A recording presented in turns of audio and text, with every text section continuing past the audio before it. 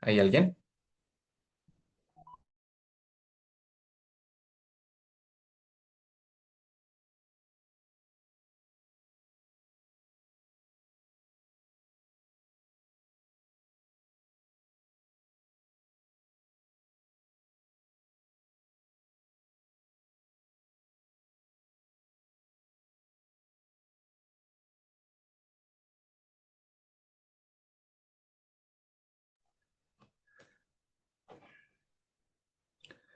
¿Cómo están? Buenas noches. Vamos a dar inicio a las clases. Necesito que en el chat me registren su asistencia, su nombre, apellido. Solamente vale uno por dispositivo, ¿no? ¿Me confirman si me escuchan? Buenas noches, Doc, sí se lo escucha.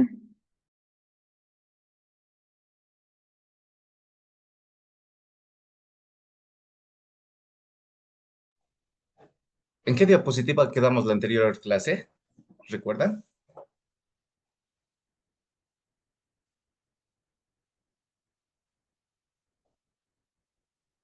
Hola.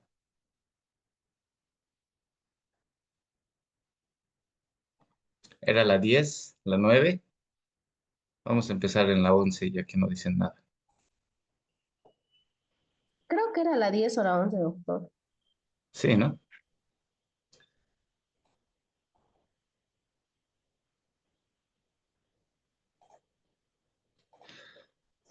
Ya, listo. Bueno, estábamos hablando entonces la anterior clase de todo lo que es la valoración preoperatoria, eh, el manejo postoperatorio del paciente. En cuanto a la evaluación hematológica, hay que determinar ciertos parámetros para que la cirugía durante y en el post quirúrgico tenga una evolución adecuada. Enfermedades como la anemia, que van a causar una alteración en lo que es el transporte de oxígeno, van a alterar el proceso de cicatrización, de recuperación del paciente, van a dificultar el mismo hecho del transquirúrgico, ¿no? Condicionándonos a nosotros como los médicos tratantes, como cirujanos, algunas variantes en cuanto al manejo, alguna alteración en cuanto a la respuesta sistémica que pueda llegar a tener el paciente. Hemorragias, al hablar de la cápite hemorragias, tenemos que tener en cuenta que existen ciertas cirugías que van a tener predisposición a sangrados abundantes, lo que va a dificultar la misma cirugía. Entonces, para ese caso, tenemos que llegar nosotros a solicitar los estudios necesarios en cuanto a tipificación sanguínea, RH, ¿no? Y si necesitamos sangre, pues hacer la compatibilidad para poder hacer la transfusión sanguínea. Trombocitopenia menor a 100.000. Ya habíamos hablado en anterior clase sobre el proceso de cicatrización y la agregación plaquetaria que sufre aquellas heridas que ya entran dentro de lo que es el inicio de la cicatrización, del inicio de la etapa inflamatoria. Si recuerdan, las plaquetas son las primeras en llegar al sitio de la herida para empezar a formar el tapón plaquetario, desencadenar la cascada de coagulación y la vasoconstricción. Entonces, si llegamos a tener nosotros plaquetas menor a 100.000, vamos a tener problemas en cuanto al proceso de formación del tapón plaquetario. Ya hemoglobinas menores a 6 gramos de cilitro, pérdidas de sangre mayor al 30%, nos pueden llegar a ocasionar problemas durante la cirugía y después de la cirugía. Hablando ya más específicamente sobre la preparación del paciente para cirugías gastrointestinales, tenemos que ver el hecho de que el colon, ¿no? Es parte del intestino que contiene la materia fecal de desecho y cirugías a este nivel pueden llegar a causar contaminación de la herida quirúrgica dentro de lo que habíamos hablado de la clasificación de las heridas según el grado de contaminación. Para tratar de disminuir o evitar esta contaminación, entonces nosotros tenemos que preparar ese colon. ¿Cómo se puede hacer? Mediante lo que es la preparación mecánica y la preparación farmacológica. Para la preparación mecánica, entonces tenemos lo que es el enema. El enema, bueno, ya lo han debido de ver, conocer. Simplemente es la colocación de una solución previamente preparada a través de lo que es el ano, ¿no? Que va a ingresar a la ampolla rectal, al colon sigmoides, y mediante un proceso osmótico va a producir la limpieza y eliminación de todas las heces.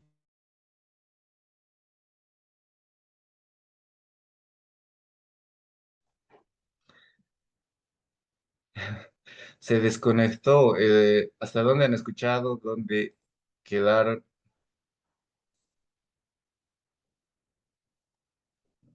Enema, doc.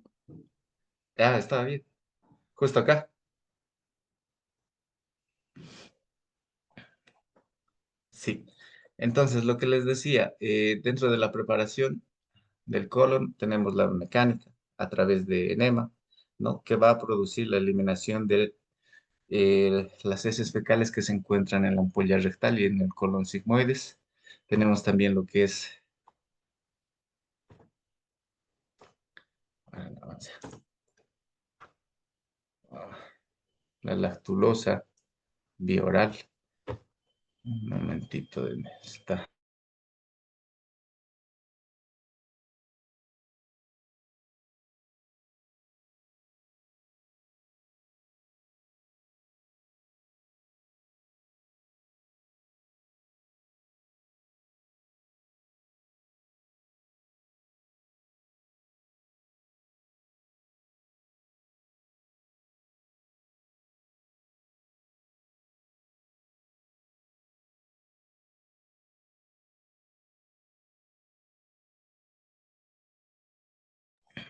Ahora sí, entonces la lactulosa es una solución hipertónica, ya habíamos hablado de esto también con anterioridad. Esta solución hipertónica el paciente lo va a consumir vía oral, lo que va a ocasionar es que todo el contenido líquido, eh, bueno, todo el contenido vaya hacia la luz intestinal por el efecto de la solución hipertónica, que es la lactulosa, atrayendo y arrastrando todo ese contenido para ser eliminado posteriormente.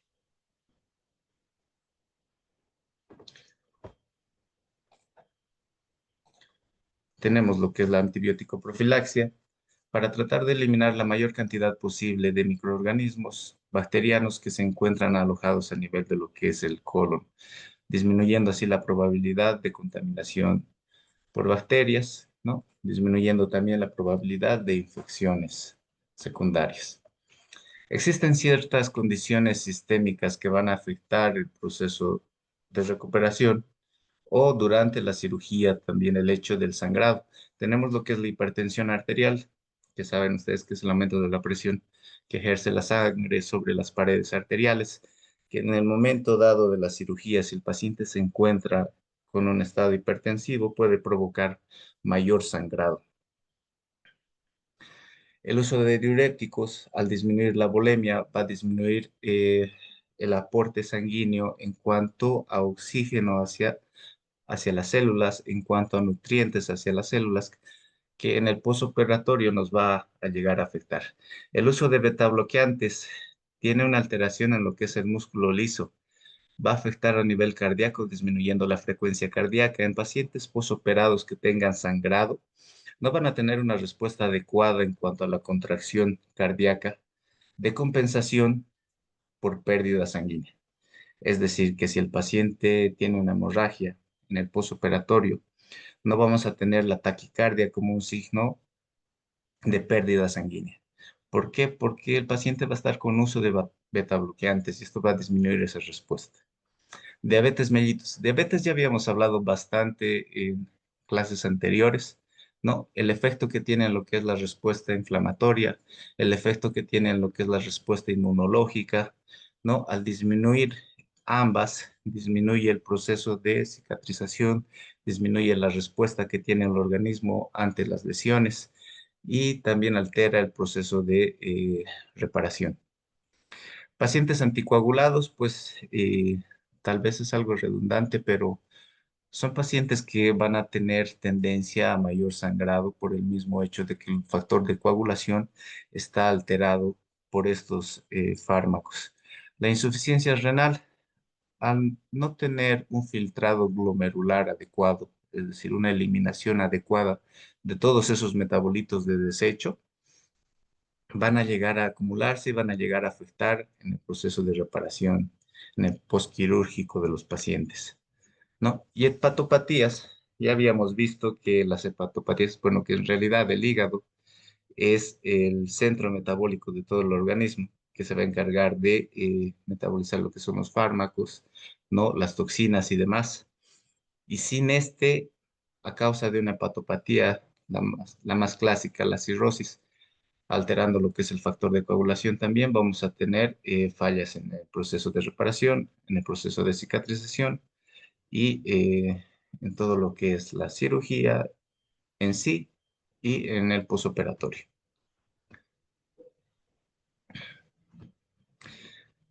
Esta clasificación de Child-Pugh nos sirve bastante para lo que es la determinación en cuanto a clases de la cirrosis. Va a tomar tres clases, clase A, B y C, según sus puntajes respectivos, tomando en cuenta ciertos parámetros como lo que es la bilirrubina, ¿no? En estudios laboratoriales, albúmina de igual forma, la ascitis, presencia de líquido en cavidad abdominal, encefalopatía, es decir, presencia de trastornos neurosensoriales en el paciente según el grado que vaya teniendo, y la prolongación de lo que es el tiempo de protrombina, el TP, ¿sí? O el INR. Según cada uno de estos parámetros nos van a dar cierta cantidad de puntos que van a llegar a dentro de cada clasificación a darnos el tipo o la clasificación de Child-Pugh en cuanto a la cirrosis. En el control postquirúrgico, cuando tenemos pacientes posoperados y dentro de las 48 horas después de la cirugía el paciente hace o presenta fiebre, tenemos que determinar si la cirugía de inicio fue limpia, si fue contaminada, ver la causa posible de esa hipertermia, de esa fiebre que presenta el paciente, ¿no? Para poder tratarla. Dentro de las 48 horas primeras, puede ser una respuesta inflamatoria sistémica al trauma, ¿no? Que es el tema 2 que habíamos conversado, una reacción normal a la lesión producida. Posterior a esas 48 horas, tenemos que pensar ya en patologías que están afectando al paciente. La primera es respiratoria, presencia de atelectasias. Ese colapso de un segmento pulmonar nos puede ocasionar fiebre, ¿no?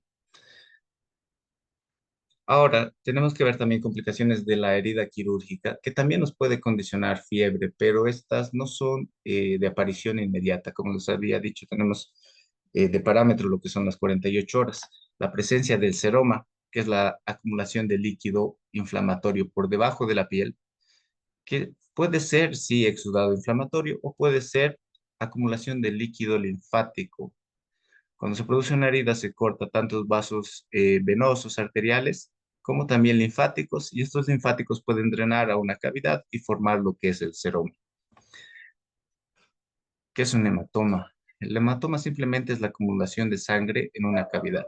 Acá podemos observar ciertas características típicas de lo que es un hematoma, como es la coloración violácea, que es de quimosis peri, o alrededor de lo que es la herida quirúrgica, ¿no? Con aumento de volumen. Si nosotros drenamos a través de este orificio, esta herida, vamos a llegar a obtener sangre o presencia de coágulos. Dehiscencia de las heridas. Es algo que también habíamos hablado, que influyen ciertos factores propios del paciente, también de lo que es el material quirúrgico o, por último, lo que es la técnica realizada o la técnica utilizada. Propios del paciente, comorbilidades, enfermedades inmunológicas, autoinmunes, la diabetes es una de las patologías más frecuentes, ¿no? Que pueden afectar en el proceso de cicatrización por las alteraciones propias de la enfermedad o material que se utiliza, que el hilo esté vencido, ¿no? en cuanto a la técnica quirúrgica, que la realización de lo que es la afrontación de los bordes no haya sido adecuada o los nudos que se hayan utilizado se hayan soltado y se presenta esto que ven acá, que es la dehiscencia de la herida. Ahora, podemos ver también en esta otra imagen lo que es la infección del sitio quirúrgico más un segmento dehiscentado. Tienen que observar y poder determinar ustedes las características que tiene una herida quirúrgica con tendencia a infectarse. Si observan la imagen de la izquierda, que es esta de acá, van a poder ver que los puntos realizados son muy seguidos, que los bordes de la herida están invertidos, ¿no? Y todo esto está determinando un eritema perilesional. Este eritema y la mala afrontación de lo que son los bordes va a condicionar una mayor probabilidad de infección. Y si la herida se infecta, como sabemos, no se produce cicatrización sobre tejido infectado. Se da lo que es la dehiscencia de sutura.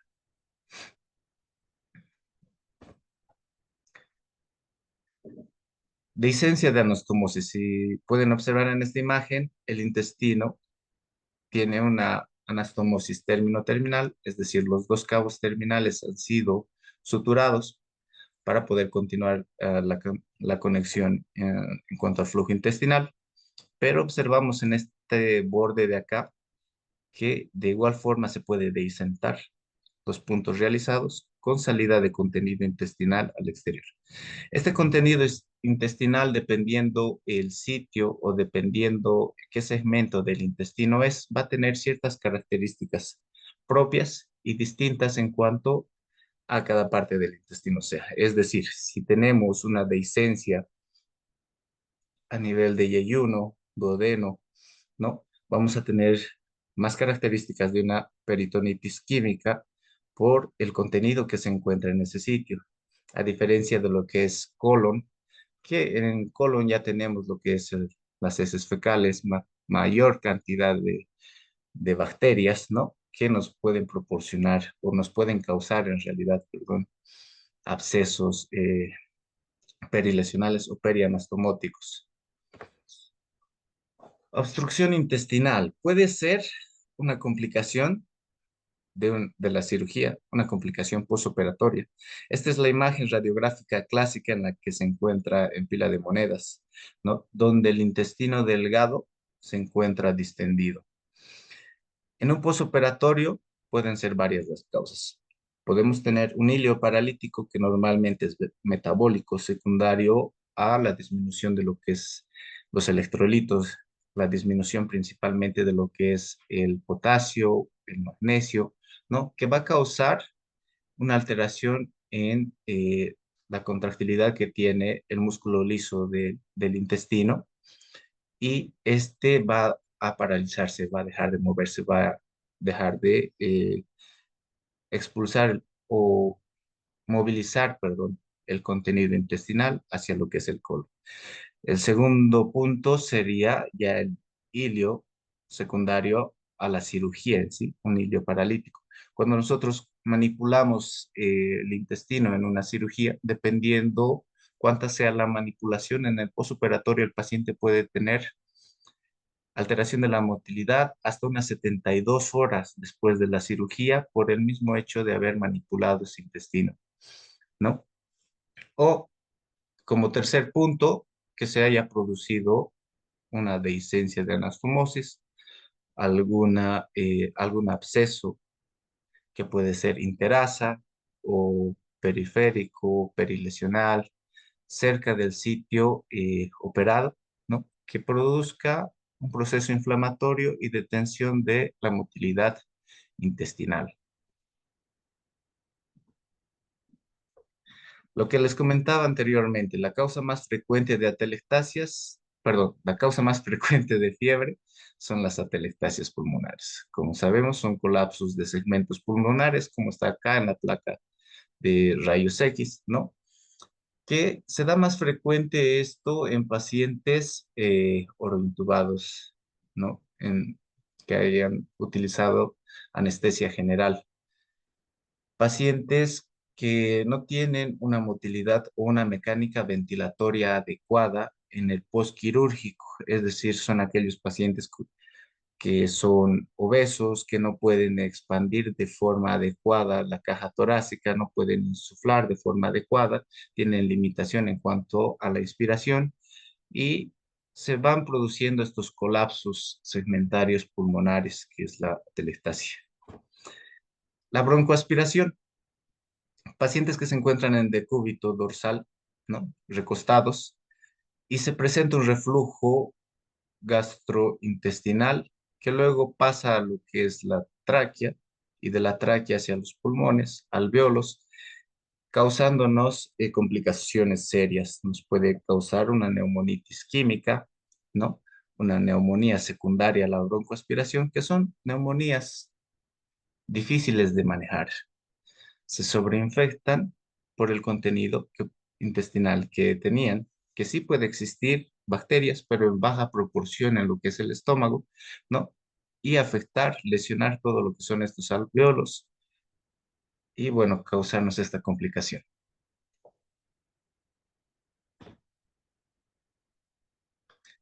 Edema pulmonar. El edema pulmonar se puede dar por una sobrecarga de volumen, teniendo en cuenta que vamos a tener pacientes con varias comorbilidades. No son pacientes normalmente que vienen solo por una patología.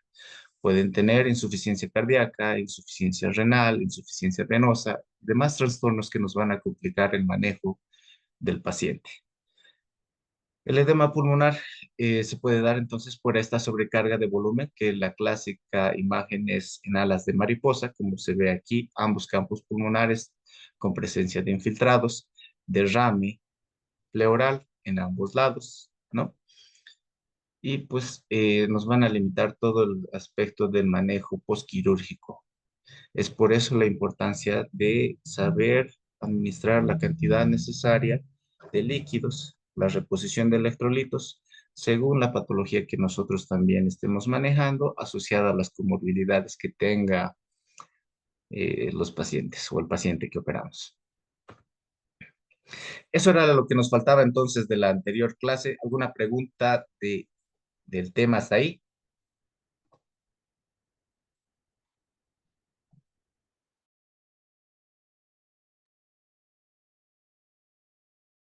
Mm.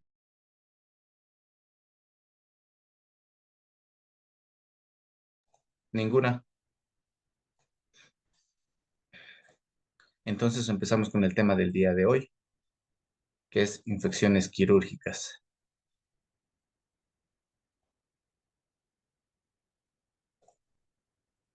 ¿Se ve bien? Sí, doctor. Solamente tengo 5 estudiantes en lo que es... oh, si se, si se termina el Zoom, ingresan a la otra clase, ¿sí? Se les ha mandado 2 links. Solamente tengo 5 estudiantes registrados. Bueno, comenzamos con infecciones quirúrgicas entonces.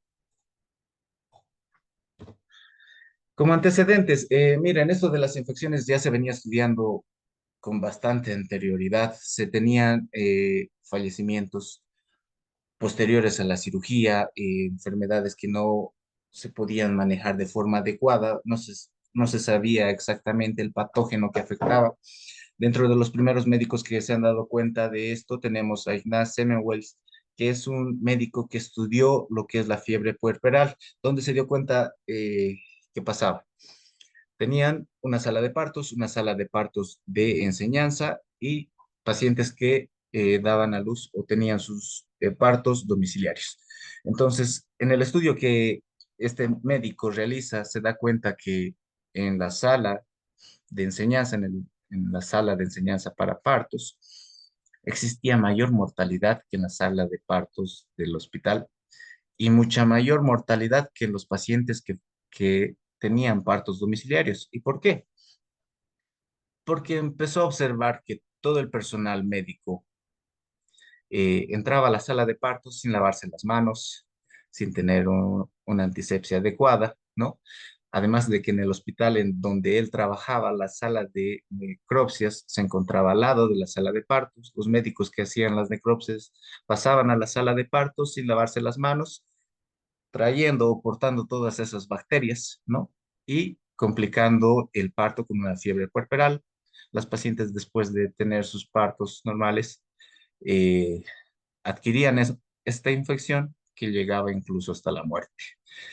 Empezó a hacer todos estos estudios, empezó a indicarles a sus colegas que debían de lavarse las manos al punto de exagerar tanto que viene aquí la referencia por la imagen, ¿no? De los Simpsons, que hacen la misma exageración de ver microorganismos en todas las superficies posibles, por lo que empieza a mandar cartas a todos los servicios para estandarizar el lavado de manos, hasta el punto de que han llegado a creer que incluso estaba ya con trastornos neurológicos y lo ingresan a un hospital psiquiátrico, ¿no? Y fallece este médico. Una vez que fallece, en su época no le daban mucha importancia a lo que es el manejo de la antisepsia. Posterior a su fallecimiento, como en muchos casos de los estudios que se han realizado, recién empiezan a darle mayor importancia y empiezan a estandarizar todos los manejos que este médico estaba proponiendo después de su estudio realizado de la fiebre puerperal. Ya en el siglo XIX, como sabemos, Luis Pasteur ingresa lo que es la teoría de los gérmenes, la presencia de microorganismos en las superficies, los tipos de microorganismos que existen. Y este señor, Alexander Fleming, ya en el siglo XX, nos da el mayor aporte que puede existir en cuanto al manejo de antibióticos, ¿no? La penicilina. Entonces, ¿qué es una infección quirúrgica? Es toda aquella infección que va a afectar los tejidos, que pueden ser superficiales, profundos o pertenecientes a órganos y cavidades. Justamente esta clasificación que les estoy mostrando acá es una clasificación del Metzel en cuanto a infecciones quirúrgicas, que lo divide en estos tres: las infecciones superficiales, ¿no? Que hace referencia a lo que es la piel, tejido subcutáneo, más presencia de pus o no, más cultivo positivo y síntomas o signos de infección. Esto entonces está dirigido a piel y tejido celular subcutáneo. En cuanto a la infección profunda, viene a ser esto de acá, que es el tejido subcutáneo, más infección a nivel de lo que es aponeurosis, músculos, ¿no? Sin llegar a cavidades. Y la tercera división ya vendría a ser infecciones en órganos o cavidades, es decir, presencia de pus, por así decirlo, en la cavidad abdominal, cavidad pleural, retroperitoneal o una de estas que hayan sido operadas, ¿no? Presencia de pus, presencia de cultivo positivo, presencia de abscesos, ¿no? Que afecten cavidades u órganos. Patogenia de la infección. Acá podemos ver cómo es que actúa estos microorganismos para producir la infección en sí. Ya habíamos hablado que existen microorganismos propios de lo que es la superficie de la piel, ¿no? Que son comensales, no patógenos, pero que pueden llegar a causar infecciones en caso de rotura de la principal barrera, que es la piel. Habíamos conversado que estos patógenos principalmente son los gram positivos, ¿no? Entonces, estos patógenos, cuando se produce alguna alteración en la barrera, ya sea de la piel, que es la superficial, o a nivel orgánico, puede ser una barrera celular mucosa, como es en el tracto respiratorio, en el tracto genitourinario, llegan a vencer esta barrera e ingresan ya para producir la colonización, su multiplicación y causar una infección a nivel de ese órgano que van a afectar. Tenemos nosotros varios tipos de respuestas, que esto entra también dentro de lo que es la respuesta inflamatoria sistémica, una respuesta celular, una respuesta inmune o humoral, ¿no? Que va a tratar de limitar, de delimitar también lo que es este ingreso de estos microorganismos y las toxinas que presentan para tratar de evitar la infección. ¿Cómo hacemos el manejo entonces de estos pacientes? De inicio, prevención de la invasión microbiana. ¿Cómo podemos prevenir? A través de lo que es la antisepsia de las superficies, a través del uso profiláctico de lo que son los antibióticos. De esta manera, limitar la proliferación de las bacterias, ¿no? Que existen en esas superficies y retener o erradicarlas. Ahora, tenemos barreras según cada órgano, ¿no?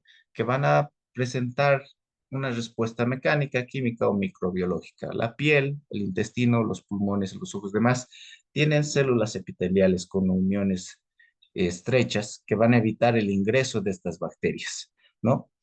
Pueden tener también lo que es la salida o flujo de aire o líquidos a nivel de lo que es principalmente los pulmones, el movimiento de moco por las células o por los cilios, perdón, de las células que van a ir eliminando ese moco y lo van a expectorar a través de la vía aérea superior, ¿no? Con presencia de microorganismos. En lo que son los ojos y nariz, pues la presencia de las lágrimas, del moco también expulsado a través de lo que son los cilios, al cambios químicos como son la disminución de lo que es el pH, presencia de enzimas, ácidos presentes en las superficies de las que estamos hablando, ya sea piel, intestino, ¿no? Péptidos antibacterianos, propios también de una respuesta química, y dentro de lo que es la respuesta microbiológica, tenemos una flora microbiana normal. En la piel sabemos a predominio de gram positivos. Intestino, según el segmento. El estómago tiene un ambiente ácido, lo que hace casi no posible la presencia de bacterias.